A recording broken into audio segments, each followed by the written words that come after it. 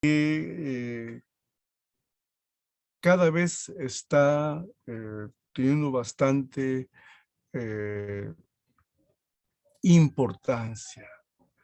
Eh, Todos hemos sido testigos, ¿no? Como cuando se inició la pandemia en nuestro país, ¿no? Hemos sido testigos de la forma como afectó a nuestra población, principalmente por problemas respiratorios, ¿no? O sea, el principal problema era respiratorio en los pacientes que habían adquirido esta enfermedad. Y por supuesto sigue hasta ahora siendo, ¿no? El blanco de este virus, el problema respiratorio en esta parte. Pero pasan los meses, entonces hay, hay otros problemas que se asocian a estos pacientes. Uno de ellos son los problemas neurológicos. Hay también problemas cardíacos ahora en esta parte. Entonces yo les quería mostrar, ¿cierto? Toda la información, parte de la información que tenemos ahora en relación a los problemas neurológicos asociados a una infección por el COVID. Y eso quería con ustedes compartir. Esto, por ejemplo, es una publicación que se hizo en esta revista de neuropsiquiatría en el 2020, se ha hecho esta publicación, esta parte, ¿no? 2020, se hizo esta publicación. Ellos hacen una publicación, por ejemplo, donde logran reunir cerca de 1,122 pacientes.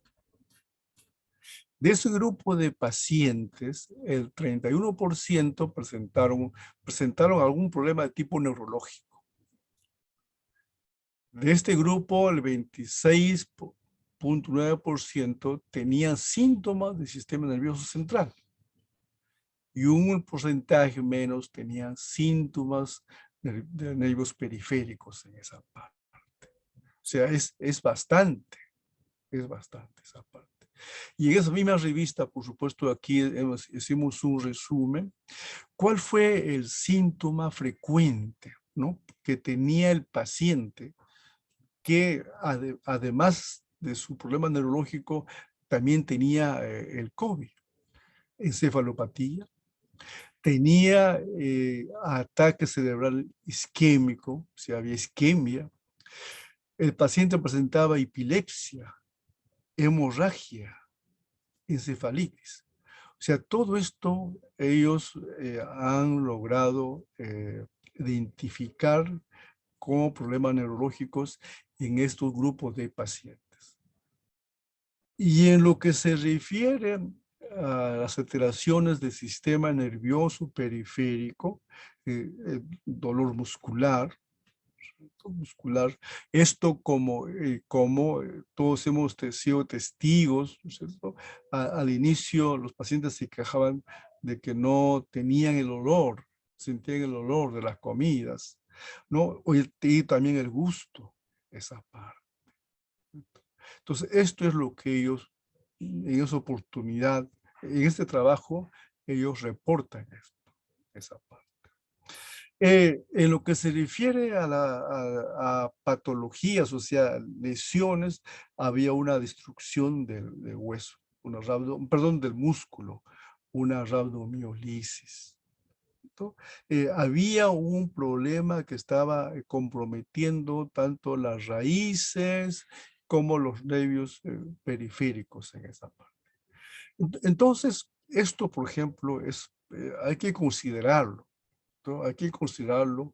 Entonces, esta enfermedad, si bien es cierto, afecta el problema respiratorio principalmente, pero en el transcurso puede el paciente tener problemas de tipo neurológico, como se publicó en esta revista. Esta es también un listado de enfermedades que hemos obtenido de esta publicación. Esta es una publicación española, y ellos en esta publicación, esto reportan.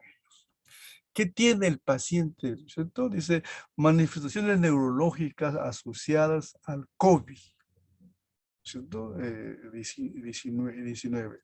Esto fue reportado en abril de 2020. ¿Qué había? Confusión, infarto cerebral, anosmia. Esa será la forma como muchos pacientes empezaban el problema con este virus. La cefalea, epilepsia, ¿no? Tal y conforme también se mostró en la revista anterior. Encefalopatía, llegando inclusive a estado de coma, también tal como se mostró en el caso de la revista anterior, ¿cierto?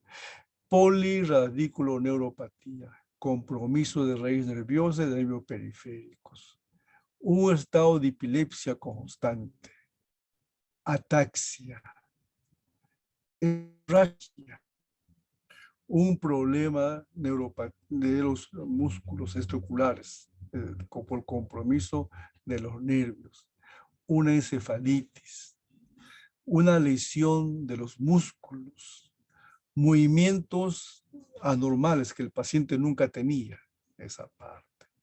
Otros síndromes de nervios craneales. Es decir, entonces esto hay que considerarlo porque a veces el paciente, claro, entendemos, el paciente su problema es básicamente respiratorio, esa parte. Pero eso significa que simultáneamente también tenemos que al paciente examinar otros sistemas en el paciente. Y después también cuando el paciente ya superó al COVID respiratorio, también al paciente debemos seguir evaluando para ver si no habría algún problema neurológico en estos pacientes. Otra publicación, esta publicación, por ejemplo, ¿no? Esta publicación es también 2020, esa parte. Dice, accidente cerebrovascular isquémico asociado a COVID. Primer reporte de casos en el Perú. En esta revista, ellos publican tres pacientes que llegan a emergencia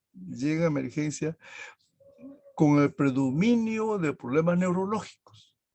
Por supuesto, tiene también problemas respiratorios. Cuando ellos llegan a emergencia, lo evalúan al paciente, tiene problemas neurológicos, pero también tiene problemas respiratorios.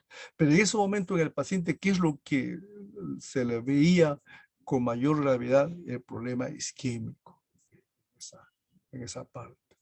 Aquí esta revisión sí muestran imágenes del paciente. Este es el paciente que llega a emergencia. Ellos reportan 3 casos. Este es el primer caso. Aquí se ve la tomografía de este paciente, la tomografía. Y aquí se ve una imagen hipodenso, que te compromete tanto la región cortical y subcortical. Se ve en todos los cortes. Esta imagen corresponde a una isquemia de la región parieto temporal que está siendo irrigado por la arteria cerebral media. Esta imagen se ve en este paciente. Pero también estos pacientes tenían problemas respiratorios y le hacen sus estudios también de tomografía al paciente. Y aquí se ven estas imágenes, ¿no? En la parte posterior paravertebral, ¿cierto? Esto es en la presión sagital, y aquí también se ve la lesión a nivel pulmonar. Esto posiblemente representa al proceso pulmonar por el COVID. Entonces, este paciente llega a emergencia, tanto por problemas neurológicos y también por problemas respiratorios. Pero el motivo ahí de emergencia es más por el problema neurológico, porque en estas condiciones el paciente tiene muy serios problemas neurológicos, este paciente. Este es el caso 1 que yo os presento. El caso 2 es otro paciente. En el caso 2, por ejemplo, este paciente también le hace su estudio de tomografía, y aquí se ve esta imagen hipodenso en el lóbulo temporal. Esta imagen hipodenso que afecta la región cortical y subcortical del lóbulo temporal derecho. Y le hacen también sus estudios de tomografía y se encuentra todas estas zonas, todas estas zonas que con compromiso del vidrio esmerilado en ambos lados, en ambas región posterobasal pulmonar, en esta área y también en esta área. Y aquí algunos focos de bronquiectasia se ve en este paciente. Entonces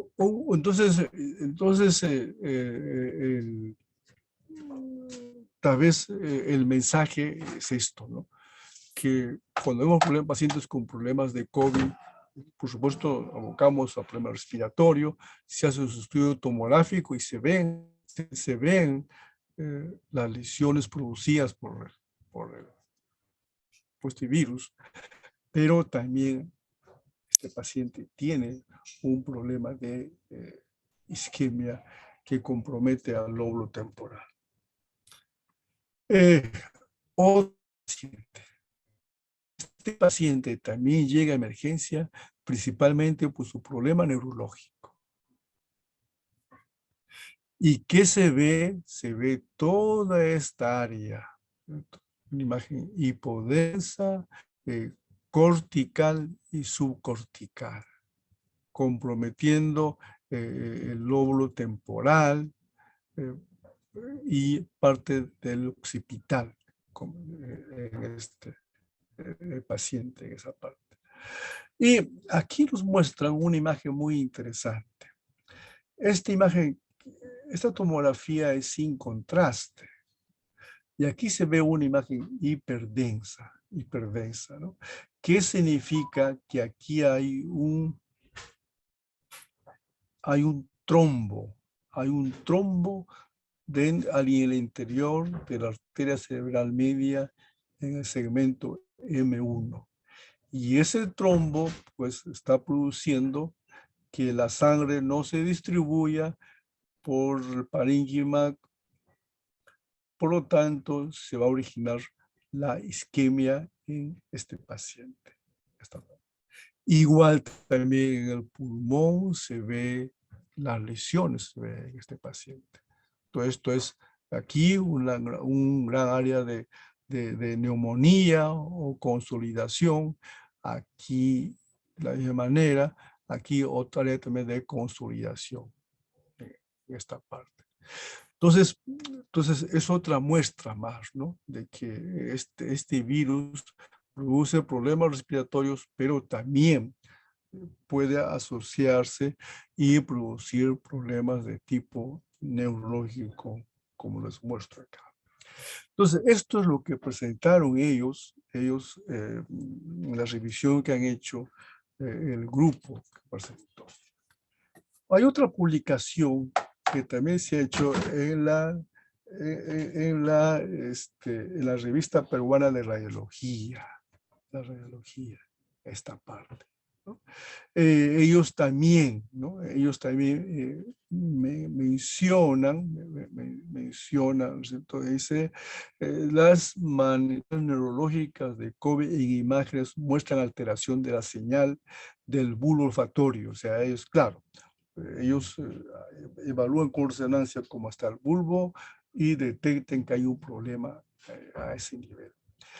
Y en el estudio del cerebro ¿qué encuentran ellos? Dicen, los patrones radiológicos se encuentran asociados a la encefalopatía, a la encefalomielitis diseminada aguda, encefalopatía necrotizante, síndrome de encefalopatía posterior reversible. Estos son patrones diferentes a lo que nos muestra el grupo de Rebagliati, donde ellos en ese entonces lograron identificar pacientes con isquemia. Pero aquí ellos no. Ellos además también nos están mostrando otros patrones, ¿no es cierto? Que se ve en las personas que tienen problemas neurológicos. ¿Cuál es el cuadro clínico? Bueno, la cefalea, problemas de la visión, trastorno de la conciencia y hay un déficit focal en esa parte. Y veamos, a ver, hay unas imágenes que ellos nos muestran. ¿Qué es esto? ¿Cierto? Aquí todas las imágenes corresponden a una señora de 64 años, un problema respiratorio alto, o sea, grave, y anosmia por 2 semanas. 2 semanas después, no puede ver la paciente, hay parestesias en el miembro inferior derecho, hay cefalea, hay hiperreflexia, miembros inferiores, y sale positivo a la prueba del COVID. Pero veamos lo que tiene este paciente, ¿no? Tiene problemas respiratorios, también tiene problemas neurológicos, tiene este paciente. Y si vemos, si vemos sus imágenes, recuerden que hace un momento yo les mencioné que el cruce múltiple, un nervio que se afecta es el nervio óptico. ¿Y cómo se ve el nervio óptico? Principalmente se ve en resonancia T2, ¿no? Se veía, ¿no?, una imagen hiperintensa que cubría todo el nervio óptico, esa parte. Y curiosamente también aquí en lo que ellos reportan, este es el T2, y aquí se ve esto que señala el puntero es el nervio óptico, hiperintensos, que me está mostrando un proceso inflamatorio del nervio óptico, esa parte. Y este paciente tiene clínica, trastorno visual, esa parte, ¿no? Bien, otro. Este paciente tiene estas imágenes, esto por ejemplo como si fuese un punto de forma nodular, otro de forma nodular, otro de forma circular o como un anillo, y en sustancia blanca. Esto sería también como anular, pero a nivel de la interfase sustancia gris y sustancia blanca, igual la interfase en esa parte. Esto es las imágenes que se ve en este paciente que tiene problemas neurológicos asociados al COVID. Aquí me quiero detener por lo siguiente. Estas imágenes también, como les mostré hace un momento, se pueden ver en esclerosis múltiple. Ahora entonces también tenemos que tener en cuenta, cuando vemos en estas imágenes de esclerosis múltiple, ahora hay que agregarle, también puede verse al COVID. Solo para recordar, este tipo de imágenes se ve en cisticercosis, se ve en metástasis, se ve en tuberculosis, también se ve en toxoplasmosis, el tipo de imagen. Esta parte.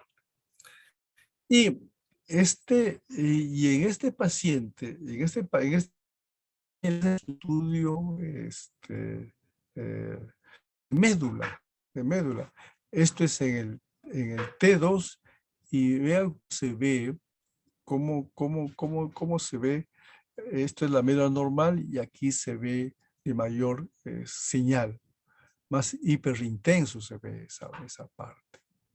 Viendo en un corte transversal, ahí se ve las imágenes, esa parte, ¿no? Y también se ve esas imágenes, esa parte. Entonces, este paciente que este grupo presenta es muy interesante que debemos tener en cuenta porque se presta a un diagnóstico diferencial con otras enfermedades. Aquí aparentemente sería, aparentemente digo, fácil porque es un paciente que tiene, ¿cierto?, la prueba positiva para COVID en líquido cefalorraquídeo, en esa parte. Esto es en este caso. Ellos tienen otro caso, ¿qué es esto? Es una señora de 53 años con fiebre, tos, ¿no? Problema respiratorio, pero llama la atención que la paciente, de lo que está bien, de lo que está despierta, progresivamente la señora va perdiendo la conciencia en esa parte. Le hacen su prueba y sale positivo. El diagnóstico clínico es encefalopatía necrotizante, o sea, destrucción aguda. ¿Y cómo se ven las imágenes? Así, es esto, las imágenes hiperintensas en el lóbulo temporal cerca al uncus del hipocampo. Se ven estas imágenes también a nivel de los ganglios basales y de los tálamos ópticos, ¿cierto? Ganglio basal y tálamo óptico se ve en esta parte. Entonces, en el T1 y todo esto corresponde al T2 corresponde esa parte, ¿no? Estas imágenes, así que se ven de esta forma hiperintensos en T1, en T2, ¿no? Están asociados a sangrado, es decir, a hemorragia. Están sangrado en esa parte. Estas son otras secuencias ya, otras secuencias, ¿no? Para también corroborar el sangrado. Esa parte. Entonces, este paciente, por ejemplo, entonces, hemos visto casos de isquemia hace un momento y hemos visto varios casos de isquemia. Otro paciente tiene forma nodular y anular, como si fuese una necrosis múltiple o fuese una metástasis, fuese una tuberculosis o cisticercosis, y ahora vemos una paciente con problemas que compromete básicamente el tálamo y los temporales, esa parte. Y por supuesto la prueba que ese paciente es positivo para SARS-CoV-2 en esa parte. Entonces, ¿esto qué nos enseña? ¿No? ¿Cuál es el mensaje que la clínica en los pacientes que tienen problemas neurológicos asociados al COVID son variables? Y las imágenes también van a ser variables dependiendo de lo que se está produciendo en el paciente, esta parte. Bueno, esto es más o menos la parte final, ¿no? Entonces, ¿cómo es que el virus puede llegar hacia el cerebro? El virus puede llegar al cerebro, según las referencias, es por dos modalidades, ¿no? A través en este caso, del nervio olfatorio o a través de la vía hematógena, ¿no? Entonces, eso son las hipótesis que se plantea, ¿no? Cómo es que llega el virus al cerebro.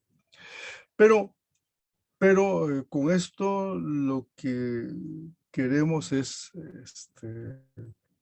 mencionar que El virus compromete el sistema respiratorio, sí es cierto, pero también puede producir alteraciones en el sistema neurológico, ¿no?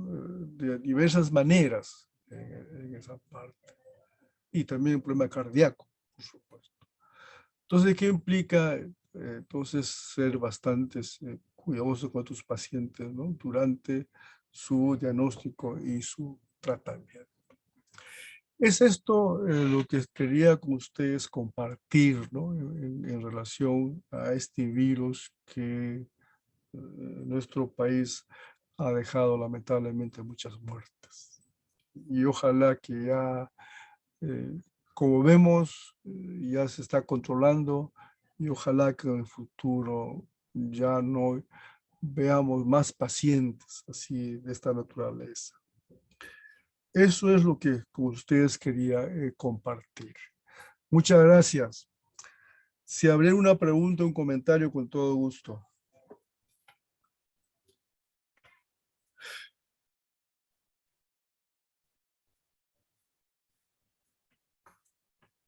Sí, pueden escribir las preguntas en el chat y yo lo leeré para que el doctor responda. Con todo gusto, con todo gusto.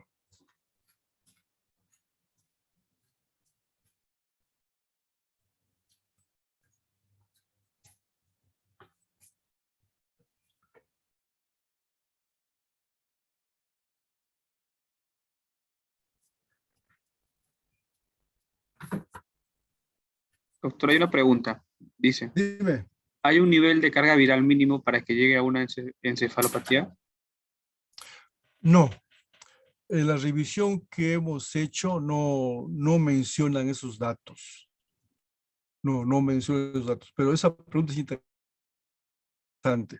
No, hemos revisado varias informaciones, tanto de Perú y de afuera. Esos datos no mencionan en esa parte.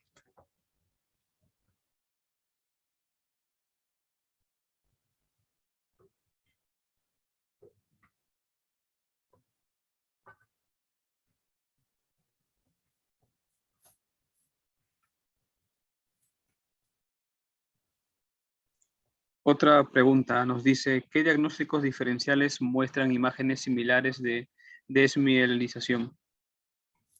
Eh, ya, vea, por ejemplo, eh, como les mostré a ustedes, hay, cuando hacemos, ¿me permite mostrar las imágenes, por favor, de volver a diapositivas? ¿Puedo hacerlo? Sí, doctor, puede volver. Hay tiempo. Ya, gracias, gracias.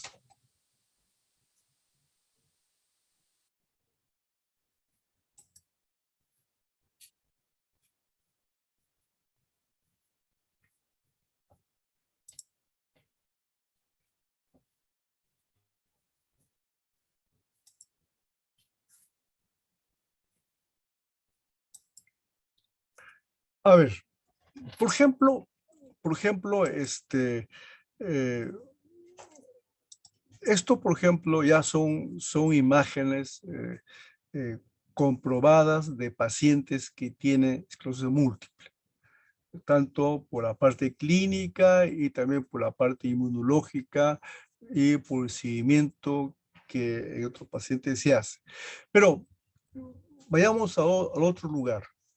Viene un paciente al hospital con un problema neurológico y le hacemos un estudio de este paciente y encontramos este tipo de imágenes. Este tipo de imágenes. Cuando uno ve estas imágenes así hiperintensas en el cerebro, eh, esto está asociado a la edad, no en todos, no en todos. Algunas personas ya de edad, tienen estas imágenes. Algunas personas. Está asociado también a aquellas personas que sufren de cefalea crónica. Cefalea crónica, toma su medicación y bueno, le pasa el dolor de cabeza, pero hace sus estudios y también se ve estas imágenes en esta parte. Entonces, y otro, por supuesto, el cruce múltiple en esa parte. Entonces, cuando vemos estas imágenes, es uno, el paciente qué edad tiene. Entonces, si es adulto mayor, entonces podría ser como parte de, ¿no? Parte del envejecimiento de esa persona. Si tiene dolor de cabeza, una cefalea de larga data, el paciente o la paciente, esto también puede estar asociado. También está asociado a un problema metabólico. ¿Cuál? La diabetes mellitus. Está asociado cuando vemos estas imágenes. Así, esa parte.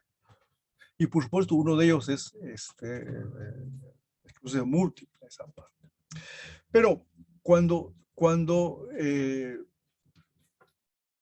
vemos imágenes, por ejemplo,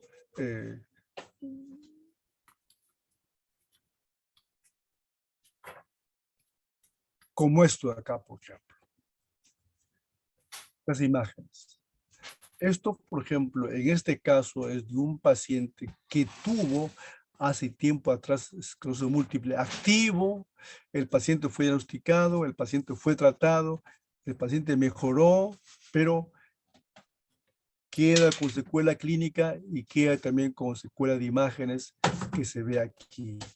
Aquí el término que se emplea es agujeros, los agujeros negros. Esa parte. Pero si no tenemos si el paciente nunca tuvo esclerosis múltiple, el paciente nunca fue diagnosticado, entonces si vemos esto, entonces isquemia, foco de isquemia. ¿Cierto? Foco de isquemia, ¿de qué tipo? Isquemia lacunar. Esa es otra forma, esa es otra identidad que entra como diagnóstico, ¿cierto?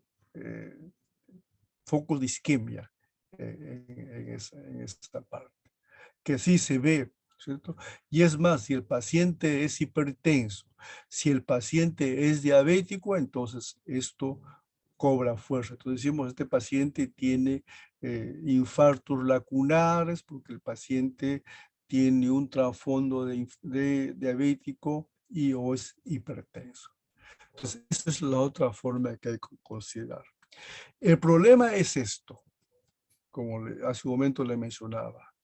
Por ejemplo, si yo hago un paciente un estudio y veo este tipo de cerebro con contraste, veo esta imagen nodular, así como está acá, hay varios, sustancia blanca, eso está en el cuerpo calloso, hay varios. Un diagnóstico, esclerosis múltiple. Otro que sea el cisticerco en la forma nodular. Otro que sea un granuloma tuberculoso, la forma nodular. Otro que sea metástasis, está en el cerebro. Entonces, cuando uno ve esta modalidad, se presta a esos diagnósticos diferenciales. De igual forma, cuando vemos de esta forma anular, también hay que tener varias opciones. Una opción que esto sea un absceso. Otra opción que sea cisticerco en la forma coloidal. Otro que sea metástasis. Otro que sea un tumor primario que se está originándose en el cerebro. Otro, toxoplasmosis, que puede ser toxoplasmosis. Y aquí hay una combinación de los dos. Hay una combinación anular, como se ve aquí, anular, y aquí se ve como un punto, como parecido a esto. Entonces aquí ya es más complicado todavía. Entonces, ¿qué decimos frente a un paciente con problemas neurológicos? Y estoy viendo imagen anular, imagen nodular, metástasis. Primera opción, metástasis. Otra opción, cisticercosis. Otra opción, tuberculosis. En esa parte. ¿Cierto? Esto ya es heterogéneo, no tiene forma.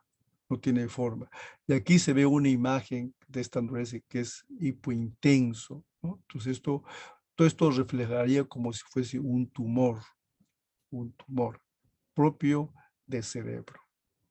Y aquí que este paciente tiene varias lesiones metastásicos, ¿cierto? Hipointenso, bordes hiperintensos con fondos hipointensos, metástasis en esa parte. Y otra imagen, como se ve aquí, estos son anulares, y aquí se ve anular, pero está incompleto, no se ve del todo, pero igual, metástasis, tuberculosis, citocercosis, y en este caso es incluso múltiple. Entonces, cuando hacemos un estudio a un paciente, podemos tener estas imágenes, la que les muestro acá. Y tenemos que pensar en esas opciones. Esclerosis múltiple, tuberculosis, citocercosis, toxoplasmosis, absceso, pensar en todos ellos. Entonces, de acuerdo al cuadro clínico, vamos más o menos descartando hacia qué lado podría estar y se pide, por supuesto, el examen que nos va a ayudar para descartar tal cual enfermedad y quedarnos con aquella que estamos sospechando en esa parte. Y otro también no olvidarse es como le mencioné hace un momento, ¿no? El cáncer múltiple, algunos pacientes empiezan con problemas visuales, por lo general de un solo lado. De pronto el paciente a su vida normal, no tiene ningún trastorno neurológico y empieza a perder la vista. Hace sus estudios respectivos y se encuentra que ese nervio óptico está inflamado, esa parte. Entonces, siempre que veamos un paciente con problema visual, también hay que poner, ¿no? Poner como diagnóstico de ese problema, porque puede ser metabólico, un problema visual, agregarle que también puede ser un problema de esclerosis múltiple. Muy bien.